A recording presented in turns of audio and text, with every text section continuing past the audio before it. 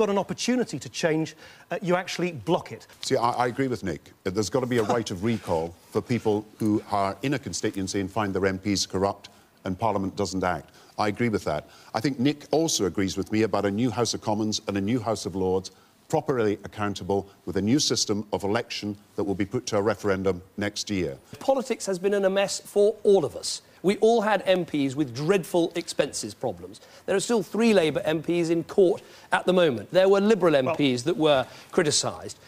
The question at the end of tonight's debate in Manchester, whether any of these 3 men have broken through the wall of cynicism created by that political crisis. Well, that report just in from Nick, and debate's just finished a couple of minutes ago. Sorry about one or two of the issues with picture quality on the report. Back to Nick. Nick, let's talk a little bit about the individual performances in the debate. Well, as I said, Hugh, no one made a huge mistake. No one had a devastating one-liner. It was intriguing to see the different roles that each man chose to play, though. They all started nervous, Nick Clegg the least, but all quickly found their feet. Gordon Brown was on the attack again and again against David Cameron, wanting, it seemed to me, to establish 2 key arguments. One on the issue of political reform, where he kept saying the words, "I agree with Nick," trying to build an alliance with the Liberal Democrat leader. The other, of course, on the big economic issue, accusing the Tories of taking a risk by proposing to cut spending this year and cut spending on financial services. David Cameron took the blows. It seemed to me he had decided not to be seen to attack Gordon Brown too much, that he wished to appear reasoned in his arguments rather than aggressive. But the most striking role I think played tonight was that of Nick Clegg. He was able on politics to attack them both. He did quite a powerful attack on the Tories' economic policies. But a man who is not well known to many in the public, who looks supremely confident throughout, the words keep ringing in my ear, and I think will ring in the ears of many listening tonight, of both the other 2 leaders saying, "We agree with Nick."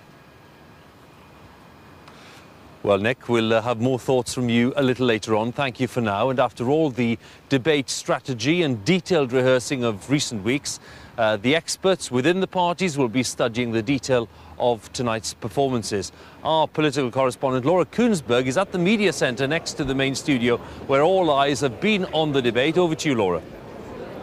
Thanks very much indeed, Hugh. Well, you can probably just see behind me a frantic scene. The Shadow Chancellor, George Osborne, is in there, surrounded by that scrum of journalists. Lord Mandelson is doing exactly the same job for the Labour Party right next to him. Cameras everywhere, people demanding to know what the party's take was on tonight's performance. Well, let's get that from 3 very senior politicians who are with me now. The William Hague, who would be the Foreign Secretary if the Conservatives win the election, the current Home Secretary, Alan Johnson, and Vince Cable, who would be the Chancellor if the Liberal Democrats were to be successful. Dr Cable, firstly to you, how did your man do? Well, extremely well. I mean, what matters is not what the commentators and the spin doctors think, it's what the public thought. All the indications we're getting is that the public really liked Clegg. He seemed to have come out well ahead, and I'm not surprised. One of the most commonly used phrases in the debate was, "We agree with Nick." And he established that we have very distinctive positions on a variety of things: party funding, Trident missiles, prison reform, but there are also areas where we want to be statesman-like, personal care and the management of the deficit. He came out extremely well out of that debate. William Hague, was David Cameron as good as you hoped he would be? Oh yeah, I think he clearly won the debate. I've only seen one poll about this so far after 10 o'clock, and he was the clear leader in that poll, so that's what people were thinking out there. But I think he showed what a leader he is in reality, and his answers in particular on the National Health Service, on long-term care, on immigration, on discipline in schools, they showed that he is the change that this country needs. Alan Johnson, I know many in the Labour camp were worried about this evening. Were they right to have been concerned? Well, the incumbent has always traditionally been worried about these debates. I think Gordon showed we didn't have anything to worry about. I put it to Gordon Brown on substance, Nick Clegg on style. I think David Cameron failed on both. Really? Yes.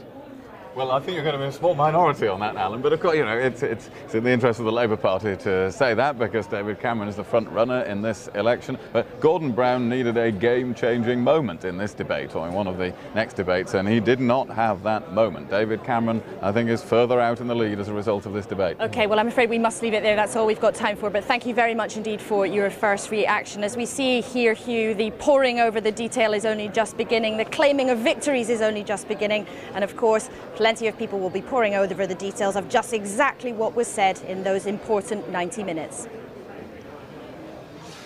Laura, thank you very much. Laura Koonsberg there with the view from some of the senior politicians and party grandees. But the only impact that really counts, Mr. Cable made the point, is the impact on millions.